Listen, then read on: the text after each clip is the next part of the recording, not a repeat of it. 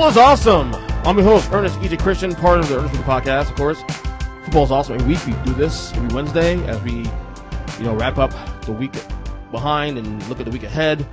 Of course, the usual cast of characters on the show, as always, Mike the Squid Bernier with our power rankings, power 10, power 5. Student game, of course, Kyle Nash with the student game report. And then, of course, on the very back end of the show, Zach, the Degenerate, the gambling degenerate, as him and I go through our picks of the week. Against the spread. Of course, the winner who gets the most wins this year will take the other defending against a local place here in South Florida. Anyway, how you guys doing? Miss you guys. And this is a little different here on the cold open. Rather than do it burning 7, I have just one thing I want to talk about real quick because I really want to get into these segments with Mike and Zach and Kyle. I want to discuss the Seattle Seahawks. I want to discuss Russell Wilson. I want to discuss the fan base. I want to discuss all of those things that is kind of apropos. And by the way, you can subscribe to this podcast on all podcast catchers, Earthly Podcast, of course. So, as you know, Russell Wilson's out for a little while. We discussed that in the last podcast with Kyle and about how his injury opens up the door for a lot of things that happen in the wild card in the NFC. Obviously, I had you guys remember this? I had the entire NFC West all making it to the playoffs this year, all 4 teams. But now with Russell Wilson gone, that obviously changes some things now moving forward. And I got a real good buddy of mine, Craig, who actually pops on my Take the Rest podcast once in a while. He's a big diehard Seahawks fan. And his notion is that the Seahawks just go ahead and trade Russell Wilson and trade to Miami, get the 2 or 3 picks, first round picks from the Dolphins. Which, by the way, you're not going to get that. They're not going to do that because even though Russell Wilson is still an elite quarterback, he's still top 5 in my opinion, top 5, top 6 quarterback in the league. You're not getting 3 first round picks from the Miami Dolphins. It's not going to happen. And the reason why I'm a little more bothered about this position about this and as him being a Seahawks fan is I get the fact that the Seahawks are now they've capped out. They've plateaued, if you will. But the thing is that we sit here and act like top 5 quarterbacks grow on trees. We sit like top 10 quarterbacks grow on trees, for that matter. Russell Wilson has been an elite quarterback for a good portion of this past decade. But I would say he's been in the league since 2012. I would say he's been an elite quarterback since probably 2016. Okay, and he's still going to be pretty damn good for at least another 5 years. I would say. He takes care of his body. He's a very smart player. He knows when to slide. And this guy has made you relevant and continues to be relevant. I've always said that a guy like Russell Wilson, a guy like an elite quarterback like Aaron Rodgers, Russell Wilson, Tom Brady, even with a shit team you have, he guarantees you at least 8 wins a year. 8 wins a year puts you right in that conversation for a playoff spot. Because then if you can win another game or 2 with the players you do have, that puts you in the conversation. And I think we devalue the importance of what if what you have is good enough? And what if the issue isn't just Russell Wilson? I understand that Russell Wilson is going to ask for $40+ million a year on his next negotiations. I understand that. And that was his logic. His logic was that, okay, well, since he's going to ask much money and going to have enough cap room, to build around him, then we should just get rid of the quarterback. But you're talking about the most important position in all sports. Not forget football, in all sports. And it's not like you're guaranteed to get something of equal value back, or even half value back for Russell Wilson in a trade. Because at the end of the day, draft picks are just draft picks. Now, I will argue that draft picks in the NFL are much more, I would say, impactful in that way than, say, basketball and maybe to a lesser extent, baseball. But still, when you have a already guaranteed guy is one of the best at his position, or not at his position, but also at the most important position in sports, who's a top 5 or 6 guy, you have to acknowledge that. So the onus shouldn't be on Russell Wilson taking less money. Because obviously, if you're a Seahawks fan, you want him to take less money. And I get that. You're not Russell Wilson. You're not in his shoes. So to me, him taking $10 million less is no big deal to you, the fan, because it doesn't matter. As long as you get your team you root for to do well, to be in position to win Super Bowls and all that, that's all that matters to you. But Russell Wilson shouldn't take less money. I'm sorry. Russell Wilson if Russell Wilson wants $40 million plus a year, he should damn well get that. Because at the end of the day, that's his career, his life, and that's the way he sees fit. Okay? It is not his job to continue to, take less for the team to build properly. This is why you have a scout team. This is why you have a front office. Okay? We pray, and of course, we're going to sit there and we're going to say, oh, well, Tom Brady did it. But Tom Brady's situation is much different from Russell Wilson's. And yeah, I know both are married to celebrities who make a ton of money themselves. I get that. But Giselle at one point was one of the highest earners in her industry, more than Tom Brady. Tom Brady chose to take less money. That's up to him. That's his choice. But his situation is probably different from Russell Wilson's or anybody else's, for that matter. So you can't compare the two situations. Just because Tom Brady doesn't mean that Russ has to do it. And that's the thing I'm defending really more than anything else, is that we should look at it in the same situation, because both guys have different priorities, of course. Both are winners, both have priorities. You shouldn't look at Tom Brady, just because Tom Brady did it, then Russ Wilson should do it. No, that's the way it should look. And if you have a top 5 guy, okay, you know how much it's going to cost for a top 5 guy, because $40 million for Russell Wilson is going to be the going rate for any quarterback of his ilk in this league. That includes, even right now, I hate to say, even Tom Brady now in Tampa. He might still cost, on a yearly basis, $30 to $40 million a year, because he's still pretty damn good. So if you want a elite quarterback, which is the most important position in all sports, is being knowledge, then you got to pay the money. And I don't care if it hinders the Seahawks cap room. Figure it out. They did before. They won a Super Bowl that way. Remember before Legion of Boom Master became a thing, became a championship team, they literally drafted that team and they figured it out.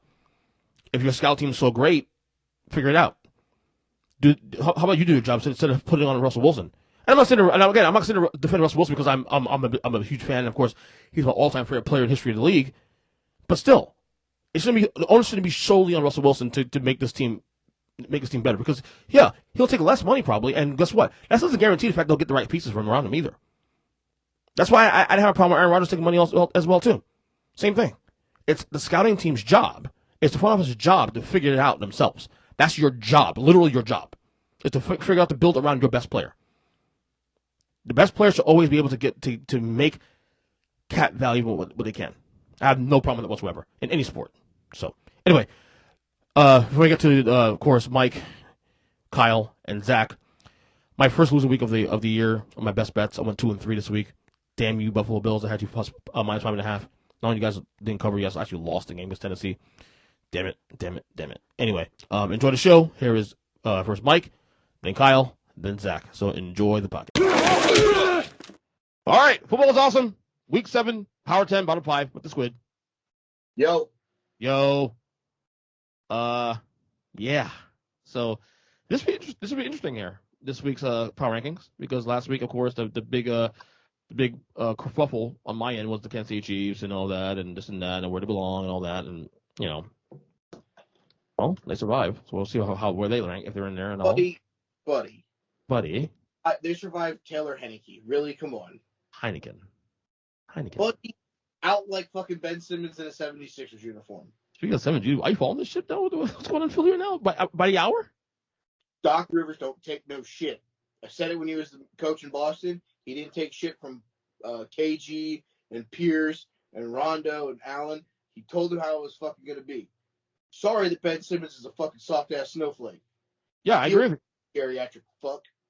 And yeah, they should trade his ass a long time ago. I don't know why they fucking didn't trade him. They should just trade him when they chance to. I was watching it as they announced that he was suspended for Game 1. And Tim Legler, who sometimes has decent takes, not all the time. I like Legler. He actually made a bunch of sense, and I said it to you on Twitter. It seemed like they were waiting for the season to start to let another disgruntled superstar want out of wherever they're at, a la Bradley Beal, and you flip Simmons for Beal straight up. It seemed like that's the route that they were going to try to go, and then Ben Simmons decided to be a dick. Yeah. Ben Simmons' stock is just dropping every fucking minute of this damn podcast. Hold on. What will happen first? He'll make a 3-point jump shot, or he'll play another game in a Sixers uniform? That's a good question. Some good answer. Wow. Anyway, let's get to our Power 10 bottom 5. This will be interesting because there's a newcomer in my top 10 actually this week. I have her as well. So without further, hold on, one quick. Let's get my soundboard real quick. We like to do things that way. All right, further ado, number 10. Who's your number 10? They won last night. They sneaked back in. Give me Derrick Henry and the fucking Tennessee Titans. Oh, I like that. I almost put him in there, but then I remember they lost to the Jets too. Yes, that loss looks ugly, but it's one of those things where you can beat Buffalo at home. I give credit where credit's due sometimes. That win last night looked better than the Jets' loss. Well, number 10 for me, you're going to be very, very happy to hear this because you are the fan of this team that is the now Cincinnati Bengals, who should be 5-1, to be honest with you. Should be 5-1. They should. 5-1. They really had a strong chance of being 6-0. Yes, that's Chicago. Bears game was a fucking disaster. Yeah. And we all know about the Packers game. Are we sure that they have maybe the best and second best receiving core in football right now? They have the best young receiving core in football. That's not arguable. That's why 1 through 4. Not 1, 2. It's not 1 through 4. Like just the depth they have. Oh no, they're super deep. Trust me. I will say that this is the deepest receiving group that Cincinnati's had since Ocho Hoosh and Chris Henry. That year we should have won. That was a fun team. That year we should have beaten Pittsburgh in the first round. Of course, blow his knee out in the third play of the game. Almost won with John Kitna at quarterback, by the way. That was fun. Yes. All right, so number 9. Who's yours? This team is like Tom Petty. It's free falling. Give me the Los Angeles Chargers. Nah, that was a bad loss because in Baltimore. It was ugly. It wasn't that it was a bad loss. It was ugly. Oof. That was terrible. I mean, like the Bills' loss is a bad loss. Mm-hmm. They made mistakes. They made penalties. The fourth down play was bad. The play calling midway through the fucking second half was awful. Like that's a bad loss. The Chargers got basically dominated on all 4 aspects of the ball. Got spanked across the board like a spank. So that's one of those where it's like, yeah, I had the Chargers at 5 last week. I have to drop them down drastically because that wasn't like, okay, Justin Herbert had a bad game. The defense played well. They lost by 3. They were beat on every aspect and every fucking term of the game. They were completely dominated from start to finish. Right. Number 9 for me. They stay. The Kansas City Chiefs. They're still there. They went one spot, and only because of the fact that second half they dominated second half. Yeah, I get it. It's Tom Heineke. I get all that, but they came through. They came through. The biggest problem with this team is that fucking Patrick Mahomes' brother will not go the fuck away. Yeah. Him and his fucking wife taking pictures on Sean Taylor's memorial. I wouldn't put the Chiefs in there if they beat him 55-0. Fuck him. Oh, I didn't hear about that actually. Yeah, there's fucking Instagram videos of fucking Mahomes' brother like taking fucking TikTok videos, standing on the fucking 21 of Sean Taylor. And he goes, "Oh, I didn't know." Bitch, what the fuck do you mean you didn't know? They don't spray paint numbers on the field randomly because it's fucking Sunday. Wow, that's fucked up. I gotta look at that shit. Oh, they told us to stand there. Bitch, look down. Wow. Like, you throw bottles of water at people because they call your brother trash whenever he loses games that he should have won. But you can't look down on a fucking field that's got a number painted on it that's not on the actual field. Like, what do you mean, dude? Yeah. That's not human being, you fucking retard. Fuck. Number 8, who you got, bud? Give me the Bengals. I like it. Moving up slowly. Not. No, and that's fine. Because big game this week, though. They play Baltimore. Yes. This would be a very, very, very big test for the Bengals. Absolutely. Not that they're going to win the game, but it's one of those games where they keep it close and maybe keep within a field goal. Anything happens. Right. And by the way, for what it's worth, too. Also, I look, and deserve Herbert's been the man, of course, other than this week. But Joe Burrow's kind of got underrated again. Shh, no one's about Joe Burrow anymore. Keep it that way. Yeah, I know. Shh. All right, keep doing you. Yeah, exactly. Number 8 for me, I got the LA Chargers. That's the same idea you have as you. That had fall bad. They were high on my list actually last week, so they felt really bad. That's a bad loss. On their playoff team, yeah, probably, but still, that's a bad. If you're talking about like a team that you want to be a Super Bowl contender, you can't lose it. That's not that you lost the game; it's the way you lost. Yeah, that's one of those. Again, if that game's close the whole way, they lose by 3. All right, we went on the road, we traveled to the East Coast, we lost a tough game. Rebound, get ready for whoever, and move forward. That one is like, throw out that entire sheet of the playbook. Like we don't want to run it. Yep. With you. All right, number 7, you got? They lost last night to the Tennessee Titans. Give me the Buffalo Bills. Oh, they felt big too. You can't make that many mistakes against a team that you should beat. Yeah. That's the point. It's clean the shit up, and you have a shot of vaulting back up the rankings. But you do shit like that, you're going to fall because that's a game you have to win. Mm-hmm. Your division isn't the issue. But Right. there's only one bye week this year in the first round of the playoffs. You want that bye week to get the week off to get people healthy. Yeah. You can't do it by losing games you should win against confident opponents. I agree with you, 100%. Perception, always. Number 7 for me, the Baltimore Ravens. Moving on up as well too. Remember 2 weeks ago they weren't even in my rankings, so they're moving up gradually.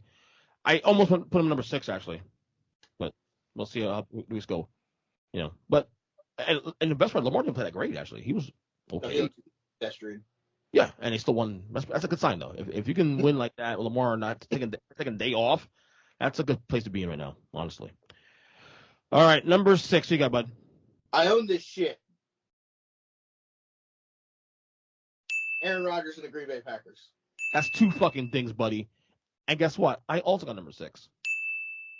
The funny thing in the world is seeing Bears fans on my timeline go bitch about this. I had this one guy who I'm friends with saying that, he's not hard Bears. He's actually a Bears writer too. He was like, Aaron Rodgers is worse than Kim Kardashian and Kim Jong-un. Like, you're literally comparing Aaron Rodgers to a fucking like murderous dictator. Really, dude? Is it that serious?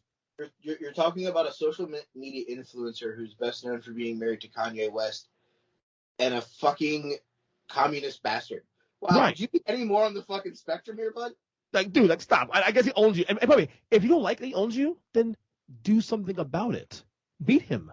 Yeah, you guys went and signed Khalil Mack to get pass rushing you traded for this guy to try to keep Aaron Rodgers at bay. What did Aaron Rodgers do? Roll out left, keeps it, touchdown, go fuck yourself. Yeah, exactly. So just gonna double check your ass. All right, number 5, you got? How about the Cowboys? Climbing and climbing and climbing. And by the way, that game, I'll get to in a second. That game they typically lose that game. That was impressive. That game was bananas. Oh my god, it was great. That was great. It was a great game. No, Dallas they're a grown up team right now. They're a grown up team. What I take away from that game more than anything else is though, the Patriots are okay with Mac Jones at quarterback. Yes. Isn't it time? And by the way, I got to test my buddy Joey. Like, is it time for them to take the shackles off and let them play football? Let him just go at this point. So, you're not going to win that division. You're not going to compete for. I mean, you may compete for a wild card spot to play in Kansas City or Baltimore or Buffalo in the first round. But at this point, I'd rather know what I'm getting for sure from Mac Jones.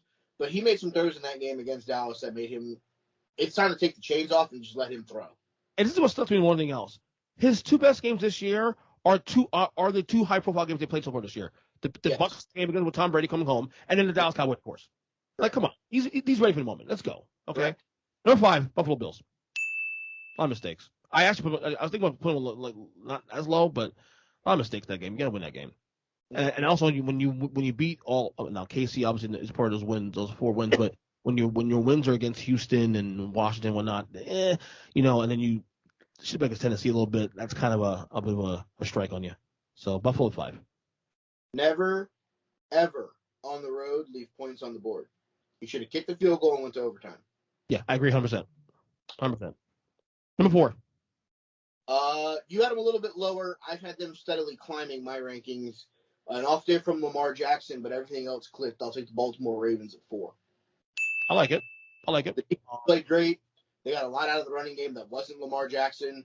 The things that everyone was concerned about with this Ravens team coming into the year, they found a way to get it together, at least against the Chargers this week. We'll see if it's a continued incline. They're starting to run the ball better. The defense is clicking. And if Lamar Jackson can have a day where he throws more interceptions than touchdowns and you still win by 20, I think you have to take it as a win. Right. Number 4 for me, Dallas Cowboys. Again, a game that they lose this game last 15 years. Yes. Dak Prescott is earning every dollar of that new contract. Correct. He's playing fantastic football. Mm-hmm. He's definitely in the MVP conversation right now. Yes. Number 3. Who you got? Give me the other team from Los Angeles. Give me Matt Stafford and the LA Rams. Okay. I mean, they spanked my team. Tortured. Do what you gotta do. They did take care of business. That's all. Number 3 for me, the Tampa Bay Buccaneers.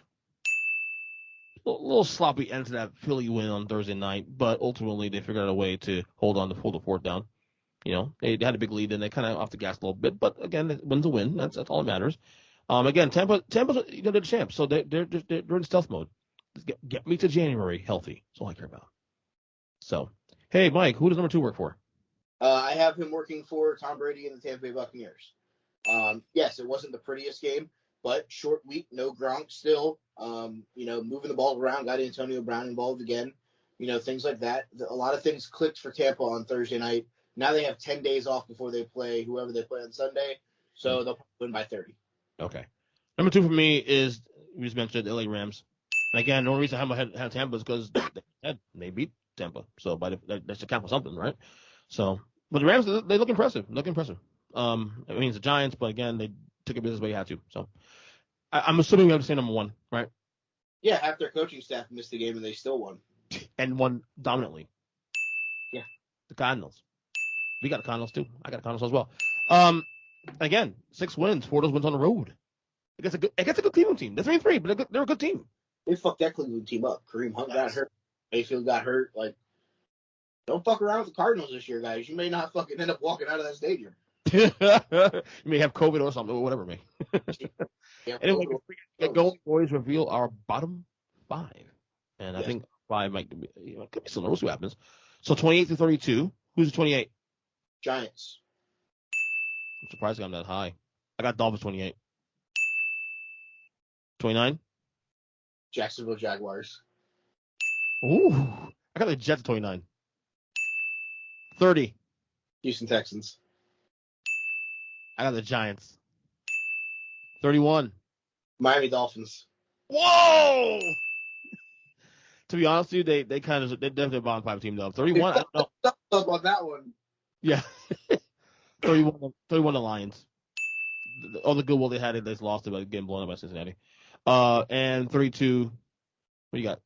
The only winless team in football, the Detroit Lions. I have the Texans still, 32. I don't know, but yeah. The same logic I used with the Cardinals being number 1, like I have to use for the Lions being 32. Yeah. The Lions win a game, they'll probably vault up to like 26th. Yeah, because of the goodwill losses they have in the back block. It's that the Lions are better than an 0-6 team. The Dolphins are worse than a 1-5 team. Yeah, it's so weird. You forget sometimes Houston has a win. You forget that. Oh, I don't forget it. I just don't pay it any mind because isn't it against Jacksonville? Yeah, week 1. Exactly. Jacksonville beat Miami. They kicked the field. Piss poor clock management. Let's play for a Hail Mary, not knowing that the kicker can kick it from like 60. Yeah. What the fuck are you doing? Yeah. Yeah, I had all time out. Don't let him run that. Oh, too late. I had texts with Dolphin friends of mine. Yeah, it wasn't pretty. How is it? How is that bad? You wake up in the morning to deal with that shit. 9:30 in the morning, watch that game in the East Coast and to deal with that crap. So anyway, follow Mike, of course, on They Call Me Burn on Twitter. Our podcast, Take the Wrestling, as well, every Thursday. Well, every Friday actually, because it goes out to publish. Yeah. And I guess that's about it for now, Mike. We'll see you Thursday. Yeah. Fun week coming up. Got a lot of teams on bye, so I don't know how much these power rankings are going to shift, but we're going to find out. We're going to find out soon. All right, still game report. Kyle Nash. Hey. Sorry, Kyle effing Nash. Actually said it with a little bit of fervor this week. You must be renewed, having dunked on Jim sincerely with your number 10 placement at the Chiefs last week. Well, if you listen to the podcast, which of course will go up on Wednesday, the Chiefs went up a spot. Yeah, that too. I have to be honest. I had not looked at your top 10 yet this week. I saw that you posted it, and I wanted to record the segment with Mike first before we did that. Okay. So, but okay, yeah. So maybe I saw last week's posting. Actually, no, that's what it was. Last week's posting came up on my timeline, and it said I looked. I'm like, wait a minute, and it had that 6D. which isn't just your social life, mind you, but like the Man. number of days ago. I mean, seriously, bro. Ain't that serious? Shoot. But I'm looking forward to today's show because we got a lot to talk about. A lot of things to talk about, not just in the NFL, but also college football. Let me start here. Actually, really quick, and I'll weigh in this too because Danny Thompson has been so truant in recording of the Beyond the Buzzer show lately, but he has a good reason for that. We'll talk about that when we come back to life here in the not too distant future. But I'm starting to paint the possibility that Kyrie throwing his tantrum right now might be a good thing for the Brooklyn Nets. Explain why. Aha! He's intrigued, my former tutor. I'm always intrigued what you're going to say, Oh, look at this guy. I'm not even married to him. He's kissing up to me like that. I think the fact that Kyrie is kicking all this stink, when the mandates do eventually lift in Brooklyn, should they retain his services because he's basically untradeable for anything of real value at this point, if the mandate is lifted after, let's say, the first 15, 20 games or something, that a lot of these big three types have struggled with is having the proper order of operations of who's the biggest star, who's two, who's three. You, in the Church of Go Heat Bitch, saw how Chris Bosh managed to fit nicely into the number 3, and did so quite humbly.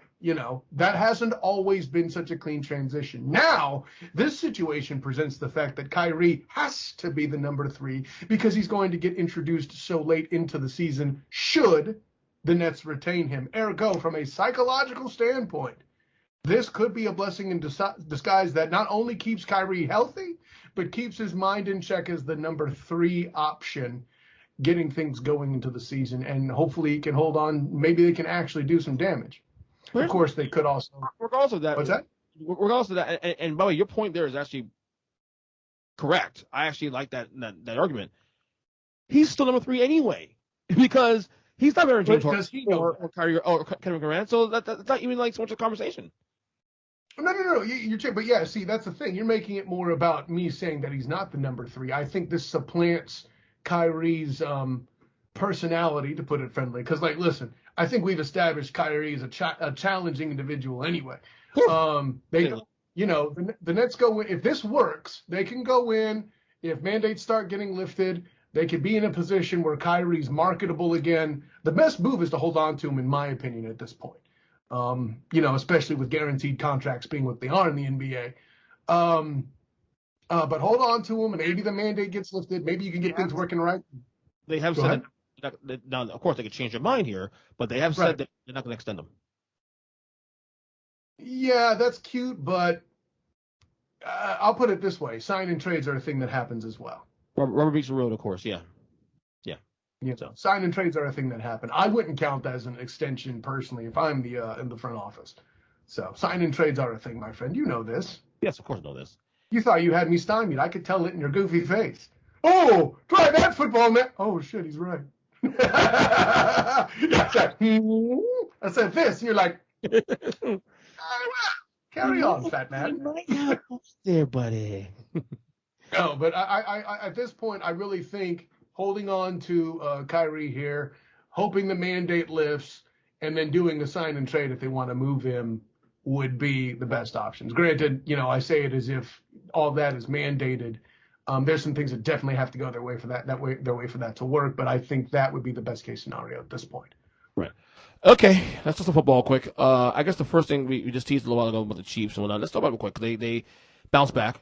Albeit a slow start, and by the way, the good thing about me, you, and Jim talking all the time is that we were talking in real time during this game when the Chiefs were down, I think 3 to Washington, and then second half can't turn around. This is why I avoid real time tweeting. Then you don't get in this kind of trouble. We right? don't tweet though. This is a group. Thank God it's a group text. Stay between you, me, in the walls in our house. That's it. Oh no, you didn't see out on Twitter Big Jim was publicly talking ish. Oh, I guess this is what happens when the Chiefs are 10. I missed that tweet. He tapped me. Shit. No, he didn't. And I made a comment, and he's like, he didn't appreciate it and mentioned something, and it was all in fun, of course. Yeah, I of course. made a comment about, well, maybe you should pay more attention to real sports and not fake ones, And Oh no, not the wrestling. Don't do that was that. a bridge too far, and he called me on it, and I was, I was just trying to be silly, and it was all actually a very fun exchange. But the long of the short is, this is why I don't tweet in real time. Unless you see me giving Twitter updates when I cover the UCF Knights for the 3-point conversion. Right. Oh wait, we get that. So you need to warn me these fucking dings, dude. Seriously. Hey, God darn listen. it. When Michael Jordan would do something amazing, somebody would ask him how he did it, and he goes, "I don't know, I just do it." I can't give you do you put a time clock on perfection? No. Okay. No. So you just need to be ready for protection. You need protection from perfection, knowing it's going to show up on your door in any second. Very nice. All right, cool. All right, let's go. See, that's what you did right there. Perfect. Anyway, so all that aside, I mean, say what you want about the Redskins defense being statistically bad or whatever. They have a defensive front that can make you change your mind and force mistakes like that. And they did. And then Patrick LaVon Mahomes II explained why he's Patrick LaVon Mahomes II and why nobody knows Dak Prescott's first name yet. So that being said, have the Chiefs another 3-3, and we said that I already said that in the last podcast that by the time we end this month of October, they'll be 5-3. They want phase 1 complete. They got the Titans next week, which obviously was a tougher game now. We realized because they just beat Buffalo last night, and then of course the Giants. Come on, that's a win. Have the Chiefs turned the corner, or is there still more you got to see? I mean, I guess it's going to be a week-to-week thing, right? Well, right. I mean, it's very interesting analyzing the Chiefs' schedule and how difficult it now looks like it is, right?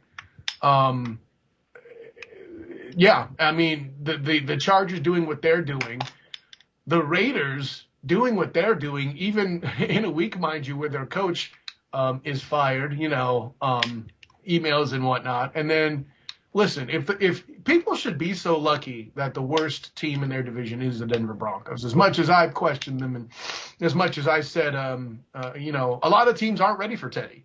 But those teams also happen to have losing records. So, and Bridgewater being hurt over and above all that, you should be so lucky if the worst team in your division is the Denver Broncos. So, yeah, which, by the way, is falling apart now. I'll even add this. Are you ready, EJ Christian? Yeah, I'm ready.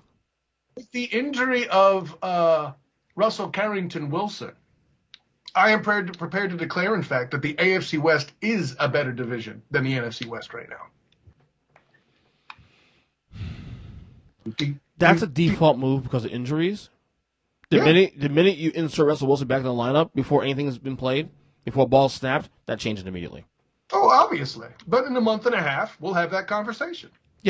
Yeah, I'm with you on that one. If you're talking about right now, in this snapshot right now, week 7, yes, I agree with you on that one. I agree on that one. What else on the doc we have here? Oh, wait, you're a wrestling fan. Yes! Okay. Yeah. There you go. Never doing that again. Moving on. What's wrong with that? That's Brian Danielson. That's a lot of energy I just wasted. I'm too lazy for that ish. We're too old, too. Oh, did I say that? Yeah, I did. Whatever, dude. Hey, fuck you, older than me, man. You're older than me. What are you talking about old? The only thing old about you is you might need, you might need to sing Push It in reference to your beard because you got a little bit of salt and pepper. That's the only age you really show. She hates the beard, dude. She hates the beard. She likes to goatee, not the beard. Oh, wow. So she hates the beard. So she likes baby Ernest, huh? She has goatee. She has goatee, not extended beard, Beard. Oh! Yeah. Then just shave, dumbass. Next. No.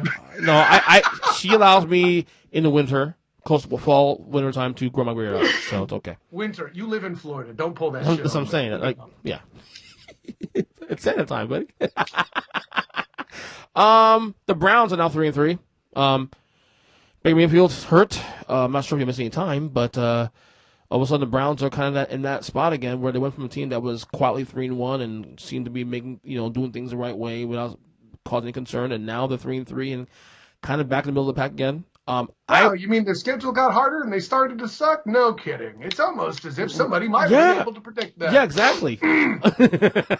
Here's the question: like, are you concerned long term with this team? Because I still think, end of the day, they'll figure it out. That the roster is too good to not figure it out. Although I will say that I don't think they can afford the Bengals being this good, honestly, out the gate. No, that's a great point with the Bengals, actually. Yeah. And I think the Bengals thing is also kind of temporary this season. Listen, pray that if I'm a Cleveland fan, I am praying that Cleveland front office does one of two things: ignores Joe Burrow in the draft and actually gets protection this time, or that Joe Burrow doesn't say, "I want that lineman," and they go get them. Okay, because at this point, that's all that offense is missing is that protection. Yeah. Not for nothing. I'm obviously, I don't think it's sustainable. But the Steelers are 3-3 too as well. So, I mean, it's getting a little dicey. And look, a lot of people will be played now, but it's starting to get a little dicey now in the AFC North. You know, Ravens still run away the division a little bit now, and if I'm one. Listen, some of us said that the Ravens would win the Super Bowl. Well, first that division, the Super Bowl. And that Lamar Demetrius Jackson finally remembered it. Got it. You got the little name. Yes. Yes. Yes. Yes. Yes. That Lamar Demetrius Jackson will, in fact, be the MVP this year. And matter of fact, while we're on that topic, anybody who wants to try to tell me that Kyler Murray is the MVP is now officially part of the problem. These are the same people that tried to hand me Patrick Mahomes II as the MVP last year when he clearly was not. I would even put Dakota Prescott ahead of Kyler Murray in MVP votes. That's right, I said it. Okay? Because you did say it, but wait, you did say it. I really did. Just if you're going to try to tell me where your next best weapon is what? Ezekiel Elliott with the Cowboys? And no. Dakota Prescott is reporting, I think it's like a hamstring or some sort of a minor calf. Quotes, I think it was a calf. Calf, that's right. Yeah. He's okay, he said. He said he's okay, though. So. Quarterbacks playing hurt. That's never happened before. Just ask Andrew Luck. Yeah. It'll be very interesting to see how that impacts the Cowboys' performance. And all these people who were talking Super Bowl before were crazy. Hearing that, I'm even more skeptical. So let's do a quick then. If you did an MVP right now, so this is a quick snapshot off your top of your head. Top 3 MVP candidates right now. Does that even mean order? If you want to go in order, fine. That's up to you. Who would be your 3 guys right now? Top of your head. Well, I mean, for my money, the winner still is, and call me biased if you want, but my prediction is correct in Lamar Demetrius Jackson. Okay. That's the thing that's number one. That's not without any sort of question.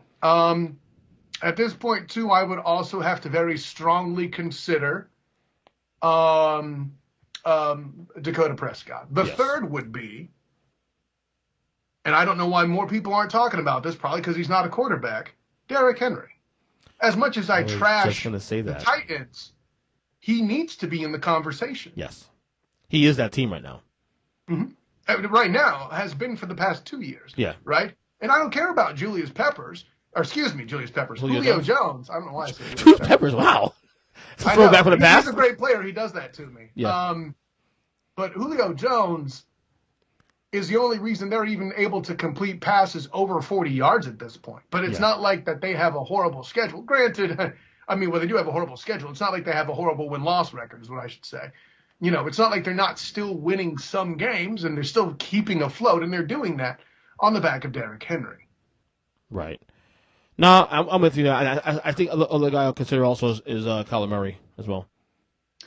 Kyler Murray might be top 5. You said top 3, thus he is not. Yeah. That's the other guy I would consider, other than Derrick Henry, because I have the same 3. Yeah, I'm not. I have the same 3 as you. Put him in the conversation. Let me be clear about that. I have the same 3 as you, just for the record.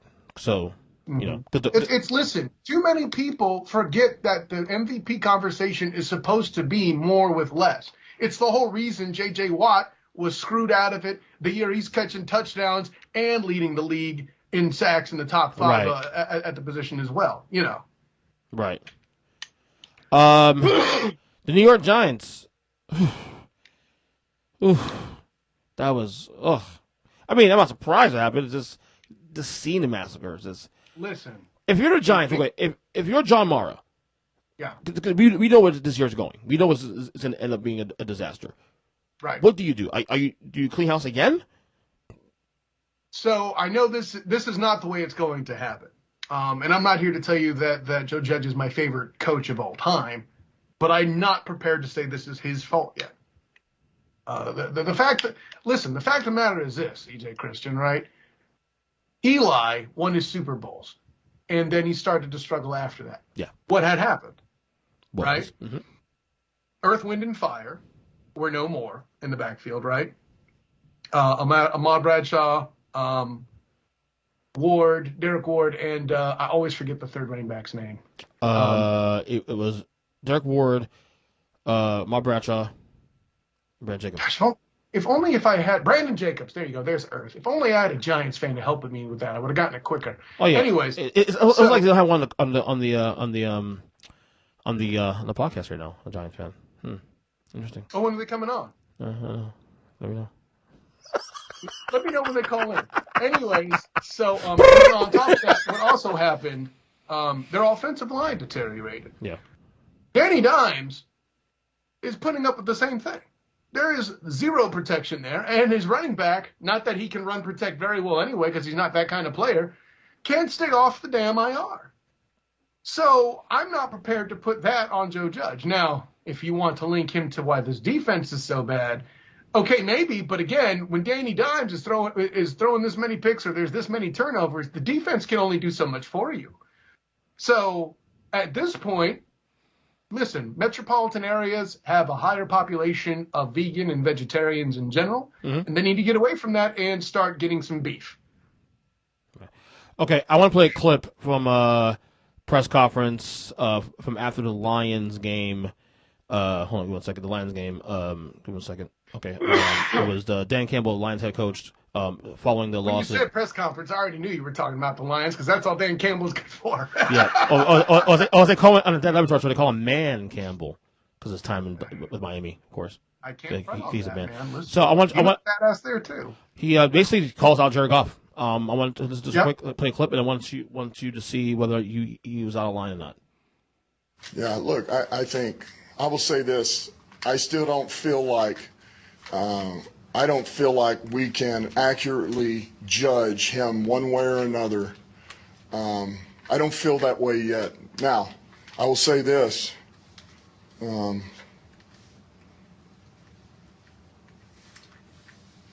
Speak up, buddy. I feel like he needs to step up more than he has, and I think he needs to help us. Just like everybody else, and I think he's going to need to put a little bit of weight on his shoulders here, and it's time to step up, make some throws, and do some things. And but he needs help. He needs help. And look, I told him out there, he knows this, but some of that stuff, we're getting these holding calls. Well, it's because he's drifting back in the pocket 10 yards deep. That's not fair to those guys either. And if you hang on to the ball, so it's like I told you, this is a collective effort now. Everything goes hand in hand. But I want to see him step up. I do, because I think he can do it. Yeah. Look, now, was he out of line? Because I played the entire clip because most publications are cutting it off at the step up part, and that's it. I was about to give you props for that. Yeah, more context matters here. I wasn't bothered what he said at all. He laid out what he said. Jared Goff, you're the quarterback of the team. You went to the Super Bowl. You were at one point considered a top 10 guy at one point, maybe for a year. I don't see a problem with what he said here personally. I don't even call it. I don't even consider it calling out. Just stating the obvios, doing your job. Your point. Kyle, it's very interesting. As you, one of the people who on your podcast vehemently told me how crazy I was when I said that this was not Jeff Fisher's fault when Goff was struggling, and everybody threw the book at Jeff Fisher, including me. Probably one of the most underappreciated coaches of all time. And I'm not here to say that he's great, but he's not as bad as you people made him out to be. Okay? I mean, this is a guy who got to a damn Super Bowl and was like 1 yard away from winning it. And then managed double-digit wins and returns to the playoffs with Kerry frickin' Collins at quarterback. Okay? This is a guy who got smashed in the Super Bowl. And if you were a Giants fan, this would probably be a devastating memory for you, okay? This is a guy who made Vince Young look like he might have hope instead of being an outright bust from moment one. Everyone forgets about that. Can you name the next best quarterback that Jeff Fisher has had on a roster other than Steve McNair? You can't. Okay? Maybe Jeff Fisher was onto something. Maybe Sean McVay was just as good as advertised, and maybe he recognized that maybe it was time for him to scoff at Goff, just like everyone else had begun to. Suited did there. I see it. I thought you might. That was good. That's pretty good. So, you can be surprised by this. Anybody could be like, yo, it's Jared Goff's problem. I tried to tell you, Mamma Jammas, years ago, and all you wanted to do was poo-poo all over Jeff Fisher. Who's the bitch now, Ernest Christian? Okay. I never said no. So like Jeff Fisher to me is kind of like where I think I'm starting where Pete Carroll's at now. Like he was always a good coach. It's just that he got stale. That's all.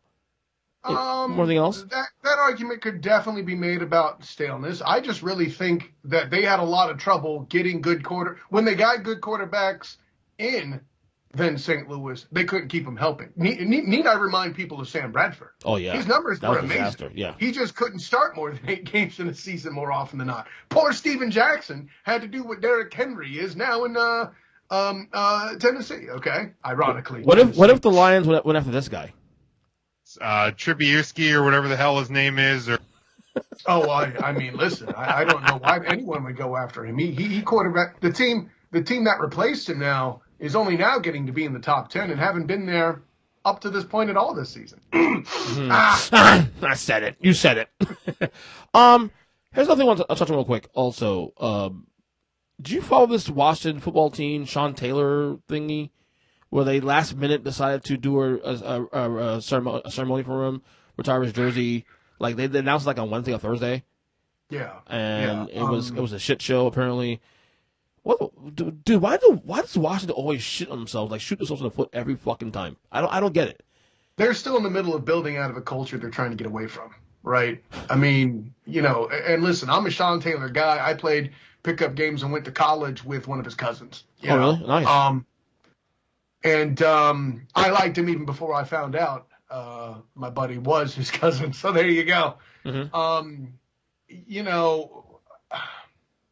I'll put it this way. Sometimes you just got to do it a week late so it's done right. And that's what they should have done. Or a game late, I should say. Do you think there's a response to the whole Gruden thing last week in the emails and stuff? It's possible, but I truly hope not. I mean, that would be just sad. But I mean, dude, the timing can be more perfect. I mean, you had the situation with the emails, and all of a sudden, okay, let's throw this in here to kind of like diverse attention from that. But that's too damn obvious, though, huh? What it could also be is, and I think let's also the thing about conspiracy is it denotes intelligence and organization and something being well run. Right. And I don't think anyone's here to accuse the Red Tails organization of that. Okay. The fact that they're not the Red Tails yet tells me that in and of itself. We've had this conversation plenty of times. Oh yeah. But I think it's more likely, and maybe it's my faith in humanity, or my lack of faith that the WFT organization is too often the WTF organization, and thus eliminates my faith. I think it's more likely that they're trying to deal with and hustle through all this, and someone goes, "Oh hell, guys, blah blah, Sean Taylor, Browns are talking about that. Oh, bleep, we got to do something. Crap, what do we do? Let's rope off a spot somewhere on the field. That looks good, right? As I'm even saying it, you're probably manifesting the conversation of executives in your head. Right? And by the way, he got murdered 14 years ago. You mean tell me you in these 14 years you didn't even think about doing this until like now, 14 years later, really? 14 years. That's way too long. That's the part that lends, actually, honestly, if anything lends credence to your side of it being an attempt to deflect from the Gruden drama, it would be, who the hell celebrates 14? Like, I've heard of the wood, paper, and tin anniversaries, but that's 1, 5, and 10. That's a great point. There is no substance or material for 14. That's not a thing. Right. So. All right, go to college real quick. Ed Orgeron, he I guess he got fired. I guess. I mean, he coached out the year, but I don't know that I would call it that. I think it's more a situation where they're just not going to extend him, right? He ain't come back. In other words, he ain't come back to LSU. Dude, 18 months ago, was it 18 months ago? He won the national championship, and now he'll be out. Not just won the national championship. People keep saying that, and that's just not fair. I mean, hell, Joe Flacco won a championship, right? Things happen. They were statistically the best offense in college football history. Okay, Kanye? About time. All right? It's not Kanye anymore. It's Ye, as of today. Whatever. No, I'm serious. So, he got to change to Ye today. Yeah, that's great. No, I mean serious. He was never Terrell Owens. He was Terrell Owens. Hear what I'm telling you. So anyway,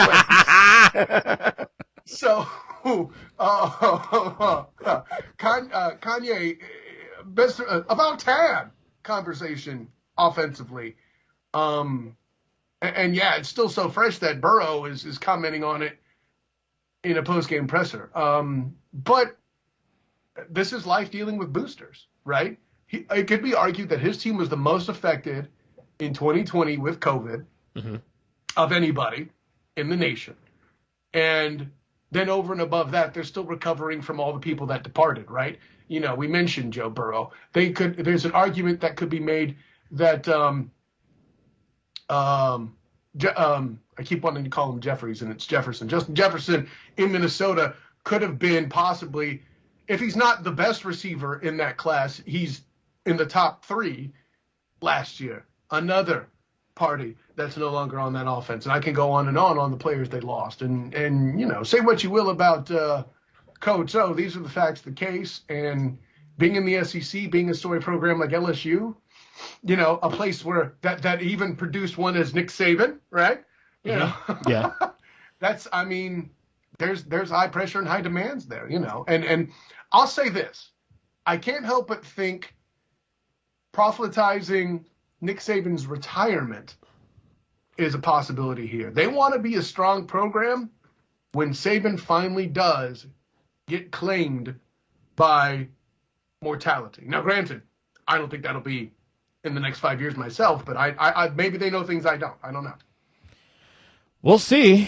I mean, obviously, there's a lot of things going on at LSU. There's also an investigation. Is that Title IX investigation against LSU? Yeah, there's also the thing about the. You know, I shouldn't lift that out either, right? Yeah, the girlfriend also. He could bring girlfriends could bring to practice, and Bomani Jones had a great point on this podcast today too. Also, supposedly everything went downhill after because he apparently had gotten divorced. Like I think like 2 weeks after he won the title. And things just kind of gone haywire in his personal life since then, too. So I wonder if that has a lot to do with the situation as well, too. That has to be a factor. One would have to think. I mean, listen, if you say good point in Bomani Jones in the same sentence, I'm not surprised. Well, it's keep bringing up Bill Simmons that makes me question you. Speaking of, real quick, I found this video at Orgeron, some voices here. Hold on a second. We ain't backing down. You got a problem with that? Oh, that time. Hey. Well. Hey, little mama, would you like to be my sunshine? Come on. Nigga, touch my game. No. What you doing? Hold on a second. Hey, guys. From Destrehan, Louisiana. Hold on a second. Hey, guys. Hey, I'm having a press conference, okay? Thank you. He's yelling at someone in the gym. And he says, hold on a second, and he's yelling at people yelling while he's doing the press conference. It's fucking great. Anyway. No, it's amazing. Yeah. And you know, the best thing about Coach O, and I witnessed this happen at the Fiesta Bowl, like somebody asked him about the impressions and the things that happen, and he leans into it, man. He's good for his brand. About it. It's good for his brand. And I think that alone will probably make him marketable to another team to pick him up in the future, honestly. I mean, listen, I told you point blank that he is probably my favorite press conference of all time. And you know, to add to the bias that I obviously hold, I've actually had the opportunity to shake hands with him and talk with him a bit. He's a genuinely nice human being. Yeah, he seems like a nice guy. If he's having a rough personal patch trying to get through certain things, I think it makes sense for both parties to kind of part ways and regroup. Right. Go Tigers. Go Tigers. Well, and who knows? Like, one can hope that the Auburn job opens up so we can continue to hear him say "Go Tigers" if and when he gets it. Right? Yes, that'd be Go awesome. Tigers. That'd be awesome. Whoa, Eagle. See, that's just not as good. Yeah, you know? that's true. Hey, Right on command. And we're going to be on Huddle Up with Big Jim tonight on Tuesday. Of course. As the evening of this recording, which will be, you would be hearing Wednesday because, time and space. Well, this podcast will be up on Wednesday, although this segment, the video segment we'll be doing here on the game will be on my YouTube page immediately after we finish this. So. Oh, hell yeah. Because there you is. Better subscribe, bitches. Because there is actually a Studio Game playlist on my YouTube page also, too. I don't know if you know that. What? Yes. I subscribe to your YouTube channel. How do I not know this? Yeah, it's there. I created it last week. I better step my game up. Yeah. Oh, but obviously this will come up on the show, but we'll talk about it here real quickly. Iowa already. Great timing. I love it. Like, I know you have to do it because you're the host and you got to bring up the topic because that's your job as a host of the Earnestly Speaking podcast. Right. But me as the guest who made this prediction, like, all I can do is have, The Rock and his verbal stylings in my head. What can I say except you're welcome for the warning that I gave you last week. Yeah. And, I talk that ish. But Purdue, I never would have picked that. I'll be real. No, I thought I would probably early November, not in mid-October. But hey, we're here. But it kind of fits the narrative of this college football season anyway. Yeah, great. And somebody else trying to make me believe that Notre Dame is to be taken seriously. Oh, well, they beat Iowa. Oh, well, we'll handle that this week. Tonight. We'll handle that tonight. More to come. We're going there. Right. We're going their turf. Him and Matt should be there too. So we'll figure that out. No, it's everybody's favorite AJ Hawk, Matt. So that being said, and this will be our final topic of the day on the Student Game Report here. What is right now? I mean, we'll do this every week now for the remainder of the year. Now we're at that point of the season. What is your playoff for right now? If you're the committee and you pick the 14th right now, you think should be representing the college football playoff right now? Snapshot. Who is the 14th? Right now. Right now. Okay, so I'm going to lead with this. As critical as I was of Cincy at 3 last week, them being 2 this week somehow sits okay with me. Yeah. Don't ask me to explain it. That's just where I'm at. Do their job.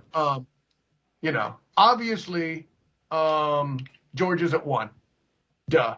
Cincy at 2, I'm okay with it. 3, Alabama. 4. That's the big one here. 4. Ohio State. Get Oklahoma the entire hell out of my face. I am done with this. You struggle against teams that have been boat raced by the SEC. Why am I taking you seriously? Why? Why are you here? And it feels like by default that Ohio State is here because of everything that's working for them right now as we get into late October. Now, that all being said, I would be more than happy to hear arguments for Michigan State. Michigan even, right? Yeah. I'm more than happy to field those arguments, and if you want to put one of those Big Ten teams in there instead, totally cool with it. Matter of fact, I'll even give you Michigan, because if Michigan doesn't Michigan by the end of the year, they'll be there by default. They'll be there anyway because they play both those teams. Well, again, and it works out because Michigan does play the Spartans and does play the Buckeyes later this year. So if they do their job, they will be in the playoff. Actually, you know what? I'll even change my thing from Ohio State to Michigan and give Jim a good weekend with his wife. I like that. Because it gives them the opportunity to control their own destiny. Which they won't, because they never do, as much as I like Jim Harbaugh as a coach. But is this the year, I mean, from what you've seen this year, because it's been a wacky year in college football across the board. Yeah. Is this the year that Michigan does actually take out Ohio State? Anything can happen. you didn't close the door on it. So I'm not prepared to say that yet, because they've been getting steadily better. And so the science, I'll go all Vulcan on you from Star Trek. Okay. Logic dictates that by the end of the year, Ohio State would be at their best peak performance condition. And if Michigan can win that game when that's supposed to be the case, yeah, then they should definitely be headed to the conference championship, at which point they should be able to handle business against Iowa. And if they fail to do those things, they should not be in the playoff. But if they do, welcome to the fourth spot of the playoff. Yeah, I'm with you 100%. I think the Big Ten, for all the shit we give it, is probably right now the most interesting conference right now in college football. I don't agree with that necessarily. Not saying best. It's interesting. Definitely one of the top two interesting conferences, because you're never going to be more interesting than the SEC. But granted, bias, best money, best college football that money could buy, et cetera. But the reason I say that though is this: it's not even so much as because they're not even a conference as good as the SEC. I'm saying that because of the fact that SEC, it's pretty much guaranteed who's going to be there. Like Georgia does a job, it'll be in there, and Bama will probably still get in there regardless. Well, yeah. Now that Bama's lost, it is interesting. That's why I don't think it's fair for you to make that statement. Oh, okay. You think still? But the thing is, everybody else around them is still fucking all lost too. So who cracks the Bama thing? I can't make this for anybody. Because, I'll put it this way: the conference championship is what decides everything, right? If Georgia is dominant in the conference championship, then Alabama probably won't make it in, and at that point, we're probably talking about Oklahoma seriously at that point. Well, the good thing this year too is that the year Bama made it when they were not in the conference championship, they got lucky because the team they played was in the same division, so they're able to backdoor in that way. Correct. Now Georgia and Bama are separate divisions in the SEC, so that's going to happen. And I don't know if you could justify a Bama team getting in if they get blown out by Georgia. Now, if Bama somehow like say they lose, it's a close game. Anybody else around them implodes. Do you see a case of Bama with two losses Alabama getting to the playoff?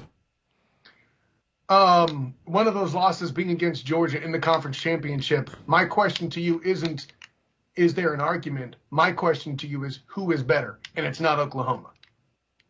There you go. You answered your question. Boom. That's it. So you have Georgia, Cincy, right? Yep. You said Michigan and Bama. Bama, Michigan. You Bama, Michigan. Order. But by the end of the year, it probably will be third and fourth, like you said. Right. Okay.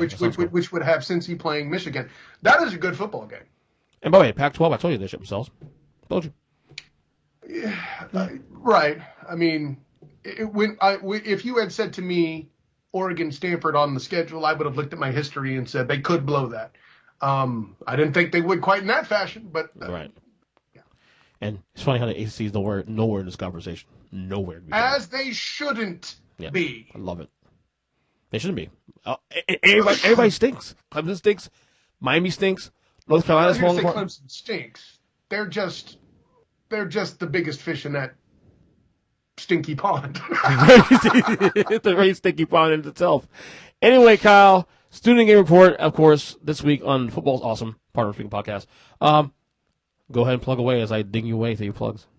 Hey, listen, of course, Ernest Christian. Julia's doing a great job having me on today. Thank you very much, sir. Appreciate it, as always. Bing! Love that we're going to be the exclusive thing here on Tuesdays on the YouTube page, man. I'm flattered as hell about that. That's pretty badass. So keep checking that out on Tuesdays. Subscribe and hit your notifications so you can get as much Football as Awesome as you want right when it happens. You don't have to wait on these other slackers and degenerates that I call slackers and degenerates because they're betting. Take it easy, EJ.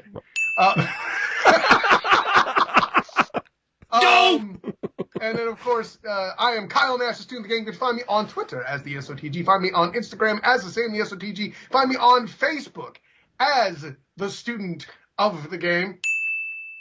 Of course, check out my work with the three-point conversion. That's the number 3, threepointconversion.com, as I cover the UCF Knights and the Jacksonville Jaguars. Also, do not forget the Huddle Up podcast. Apparently, I can at least call myself a contributor at this point. One of us are, yeah. EJ, when he's not too big a deal to show up. And I always show up for the most part. What's that? I always show up for the most part. I always show up. You were on a 3 or 4 game skid where you weren't there, but that's okay. Pre-season, of course. The team. It's that's all true. right. That's true. Yeah. So, yeah. This is why I have you for, in case I can't make it. Hey, take Kyle. Listen, I got 2 kids and a wife too, hippie. All right. Anyways, that's true. And I don't name them after players that are on the team I hate the most. I digress. Kiss the rings. And of course, check out my work with oldschool101.com, A7BN Sports with the Captain and Company Morning Show with Captain Chris Hill. My work with Hilarity by Default. You saw some stuff come across the page last week, didn't you, Ernest Christian? I think I did. I'm subscribed to you guys, but I didn't get the alerts. I don't know why. I might have to think myself to see it. You may have to turn on notifications, just like I asked your audience to do on your YouTube page. And then, of course, yeah, is it challenging if I do it for you, right? Yeah. And of course, that's hilarity by default with my good friend Demosthenes Euclid. And of course, lastly, Danny Thompson and I will be back very soon. There have been some developments. Danny Thompson trying to get big time over here. I saw that. So more on him and his future with WNIS, I believe it is. Very interesting. But yeah, look out for us to come back sooner than later with Beyond the Buzzer podcast. That'll be a thing that's awesome all the way around. And of course, this guy here, Ernest Julius Christian, on the Earnestly Speaking podcast. It's not really Julius, but you know. We put him on TV. Put Jules on TV. Hey, but listen, man, I had a lot of fun. Until next time, class dismissed. All right, EJ versus Degenerate, week number 7. With the man, Zach Degenerate, again, back-to-back nights on the pod. Yeah, man, it's feeling like work now. Shoot. By the way, you have now won. You won week number 6. You are now taking a 3-2 lead in the battle for Flanagans. I love when someone pays for my dinner, man. I'm best. not going to lie. Of course, Whether man. it be you, the wife, or some bum on the street, I don't care. Yep. Freebies are awesome. Anyway, before we get started, we have 6 teams on buys this week. We have the Bills, the Cowboys, the Jaguars, the Vikings, the Steelers, and the Chargers. Which team of these 6 needs the bye week more? Shoot, man. I'd say the Chargers. That loss is pretty stinky. It was a stinky loss. Yeah. Yeah. Otherwise, I'd probably say the Cowboys. With Dak Prescott having the ankle injury at the end of the game, giving him a week off, it's like perfect timing. Absolutely. Okay, so let's get to our picks of the week. Week number 7 on the way. If this thing, there we go. Perfect. Here we go. So Thursday football, we have the Denver Broncos heading to Cleveland to face the Browns. The Browns are 3.5-point favorites. The over/under is 42.5. Browns starting to, I'm not going to say fall apart, but things are getting a little challenging there in Cleveland. Man, did pain tolerance go down in an entire generation? Because ever since Baker Mayfield started talking about having a shoulder issue on his non-throwing shoulder, the team has just been sinking. Yeah. I remember when quarterbacks would just wear that harness and play through pain and could win games. Yeah. The Broncos do the same thing, too. They started something at 3-0. We figured that, the Frogs in 3-0 record. They beat the 2 worst team in football. And it's come to pass, obviously, last 3 weeks. Browns are banked up, too. But you know what, though? Short week. They didn't travel because they were home this past Sunday against Arizona and lost. They stayed home. They pay at home on Thursday night against the Broncos. So if you're trying to find a edge here, to me, that's the edge to look at. I got the Browns here winning and finding a way to win this game covering, honestly. Yeah, I'm too scared about it. With Chubb out, and Hunt got injured, their run game's going to take a hit. Their offensive line has not looked good the last couple of weeks as well. So when you're asking that defense to carry them, I haven't seen it much. So I'm going to actually take the over in the game. Ooh, interesting. I mean, it's a low under too. It is low. It is definitely a low number. Okay, Sunday and off the bat. Excuse me. Wow. A lot of podcasts last couple of days. Your boys, the Washington football team, headed to Green Bay, face Aaron Rodgers and the Packers. The Packers right now are 9.5-point favorites. The over under is 48.5 points. Call me crazy. I kind of like watching the points here. Hey, you got to do what you got to do. If you really want to go out on a limb and lose another game, throw me a bone this week, I'll take it. Because I'll take Green Bay to cover. I feel like Green Bay they're a good team, but I feel like they're not dominantly great. And I think they're not dominant great, but they're going up against just an atrocious defense. And I don't even know how it happened. All I heard for 4 to 5 months after the draft was how great Washington's defensive line was, their linebacking crew. But it's just god awful. There's no heart there. So you got Green Bay cover? 9.5 points? Yep. Wow. Oh, yes. At Lambeau. All right. This game is actually might be the game of the week, honestly. And that is the Kansas City Chiefs heading to Tennessee to face the Titans. The Chiefs are 5.5 point favorites on the road. The over-under is 57 points. A little stunned is that high because of the Monday night game and result. So there's Vegas saying, they got lucky, build up points on the board. Therefore, KC figured out who they were in the fourth quarter against the Washington team. I feel like that's what's going on here. In any case, the bet to take here is easy. Is the over? Like you put us at 60 points, I'm okay with going over. This is gonna be in the 30s. Exactly, and I would want to take Tennessee on the points, but yeah, you got to be safe, and it's a no-brainer to take the over. Yeah. Neither team plays any defense. Still don't trust Tennessee, by the way, even though they won that game with Buffalo. Still don't trust them. If Buffalo and Tennessee plays 10 times, Bills win at least 8 of those games. Maybe 9. Just saying. Yeah, but I wouldn't see Tennessee starting off that as bad as they did in the first quarter. Right. And in any of the next 9 games out of the 10. Right. All right, next game here. That's a stinker. The Atlanta Falcons headed to Miami to face the Dolphins. The Falcons are 2.5 point favorites. The over-under is 47.5. Call me crazy. I like Miami this one. I do. I think that they bounce back at home. Yeah. I thought about that, and I had it written down for Miami, but as I thought about it today, I think the team's just imploding, completely imploding on the coach. So give me Atlanta. Wow. Okay.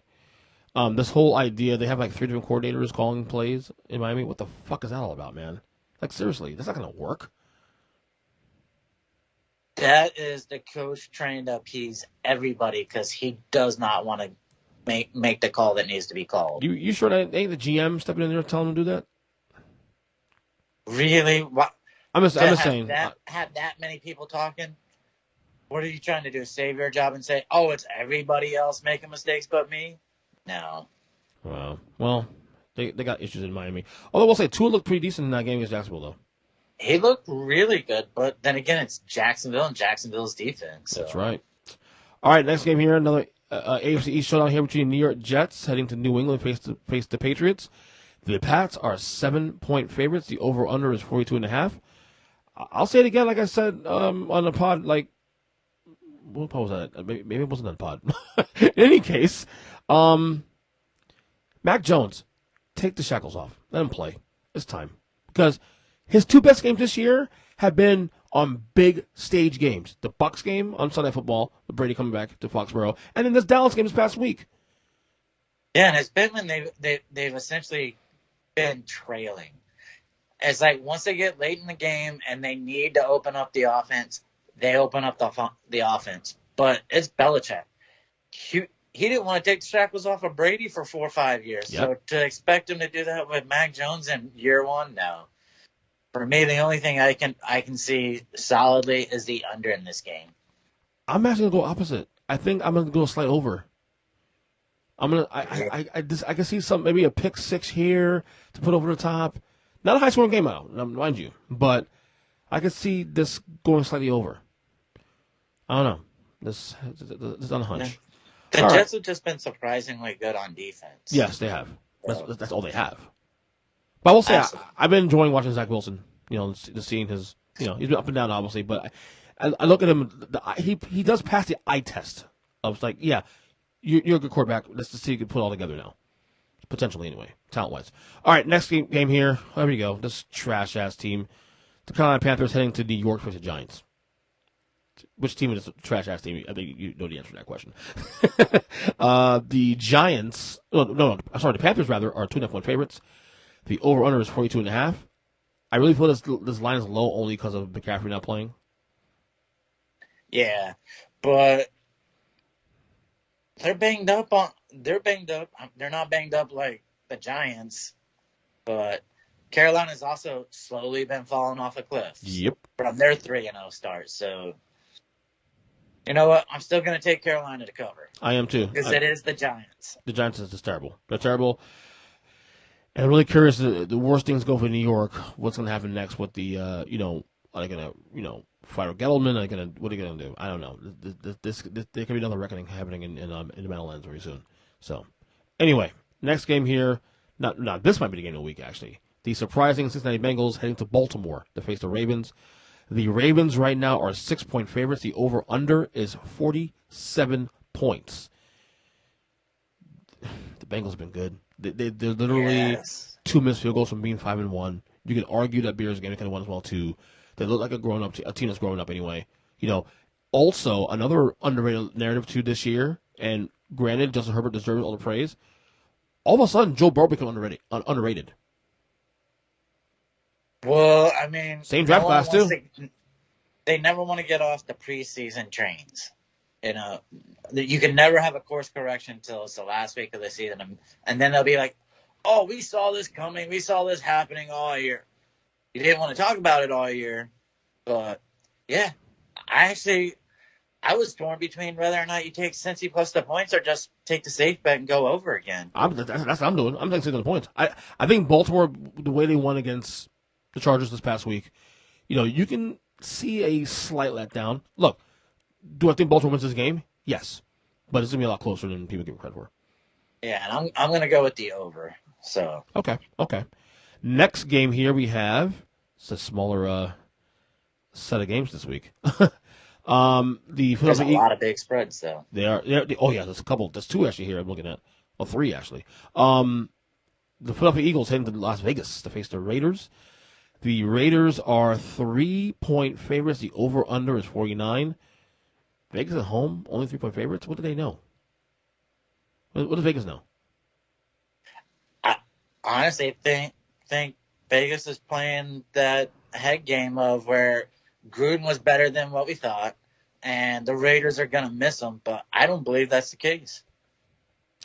Henry Ruggs is another guy who's having an outstanding second year. Mm-hmm. So give me the Raiders to cover. I'm there too. I'm going to take it. I mean, if you're going to give me a bone, there's a bone you're going to take. Because did they shoot a low last week against Denver without Gruden on the Gruden week? Maybe, but we've seen that they're a decent team. They won 4-2. I think what we saw this past weekend is more of what the Raiders are. Right. There's less pressure on David Carr's shoulders. He doesn't have to worry at all for the rest of the season about upsetting the head coach, getting pulled, any kind of talk down the road of getting traded now. I think it's the best thing for Carr is getting rid of Gruden. I agree, 100%. Yeah, both on the Raiders here as well. Okay, next game here we have Detroit Lions, winless still, heading to L.A. to face the Rams. The Rams are right now, here we go, 15-point favorites. Over-under, 15.5. Detroit's been competitive most of the year, aside from maybe 1 or 2 games. So you would say, okay, well, bet Detroit the points. Nah, I'm gonna go under here. I think they'll lose this game and get blown out, but it'd be like a 37-10 game. Something like that. Yeah, exactly. And I'm with you. It could be 45 nothing, just by how much Stafford wants to win. But yeah, I do not see the Rams giving up a bunch of points to get Jared Goff. I just thought of that. This is the Stafford playing his old team thing, and the Goff playing his old team thing. So, what do you think about Dan Campbell's comments about Jared Goff needing to step it up? I think Dan Campbell needs to look in the mirror. All right, you're a special teams coach. People need to stop thinking because of how intense he is, it fires up the team. That's great. He's a rah-rah guy, but he has no business being a head coach. And I could imagine him being gone in 2 years. Oh, yeah, definitely. If they don't improve, he's gone. Quick hook on that one. All right, next game here we have the Houston Texans heading to Arizona to face the still unbeaten Arizona Cardinals.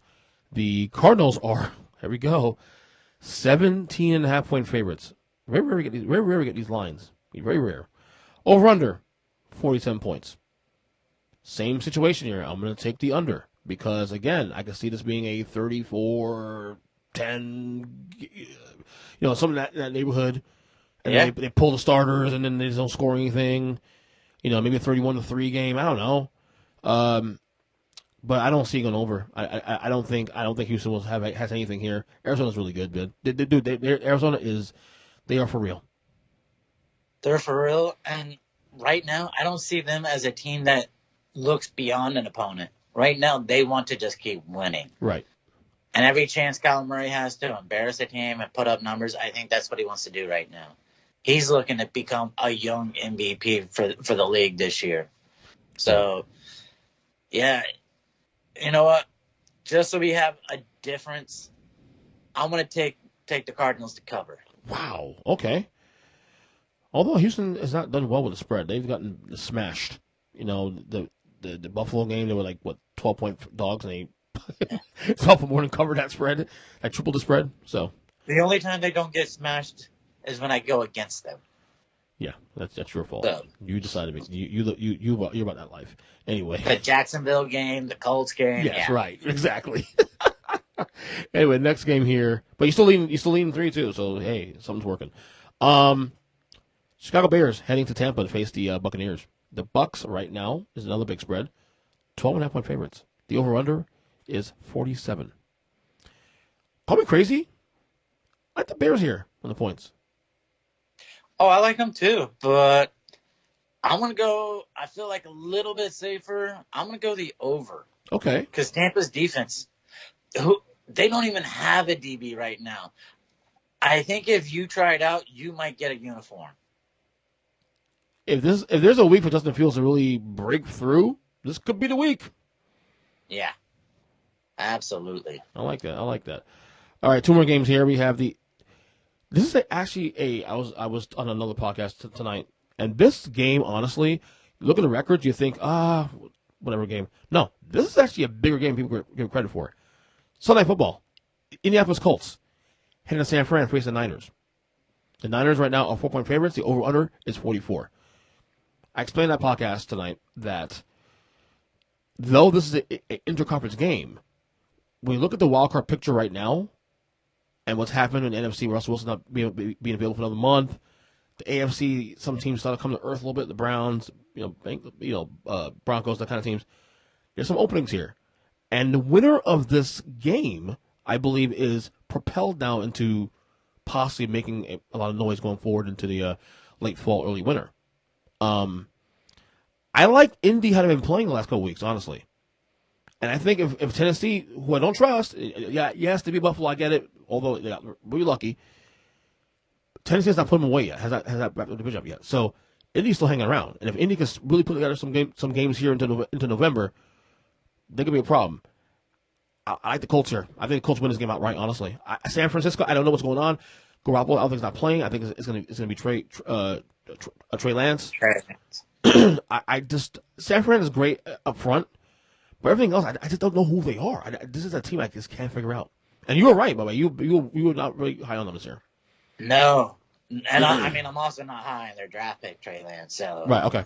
It's a whole other reason why I'm going with the Colts. When you can see Carson Wentz is slowly starting to feel confident in it.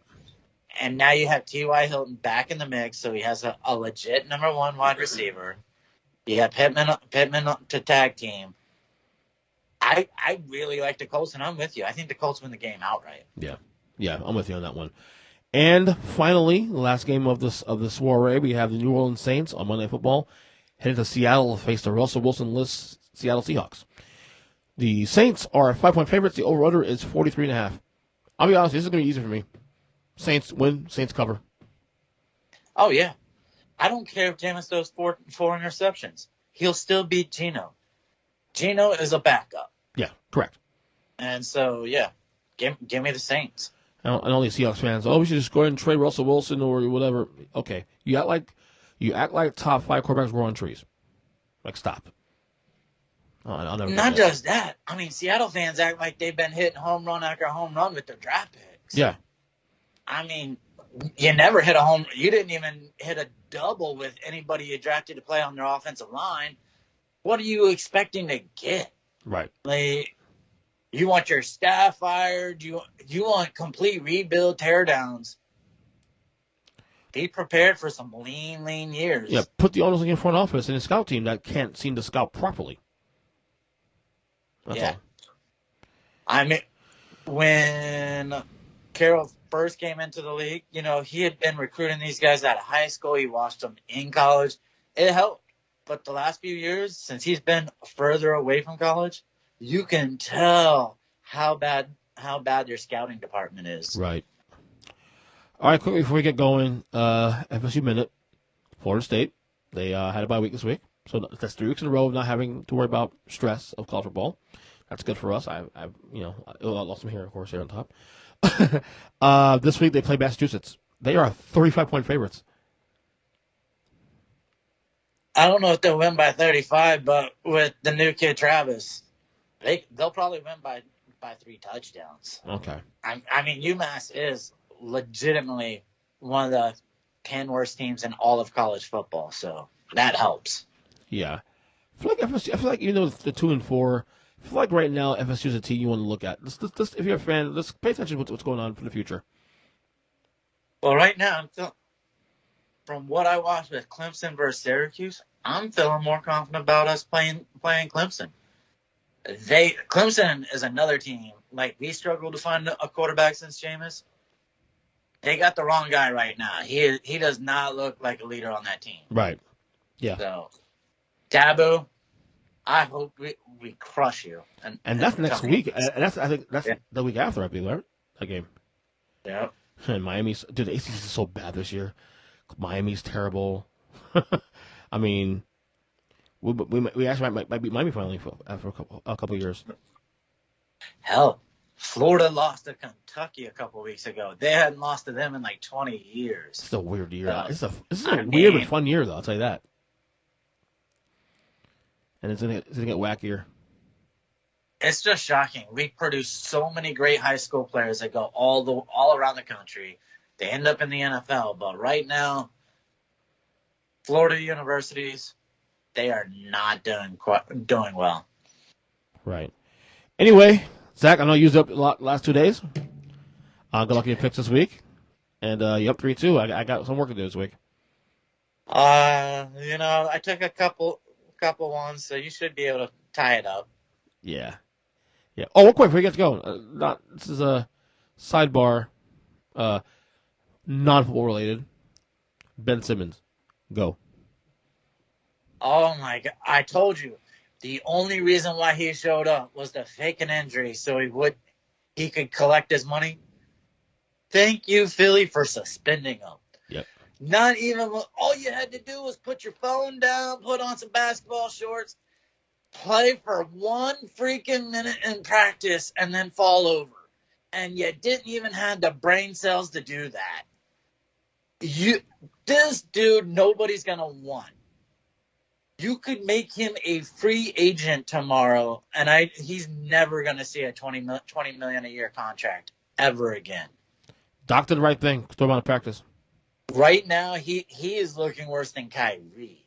Yeah, I agree. And to do that, holy hell, how is that possible? But he found a way.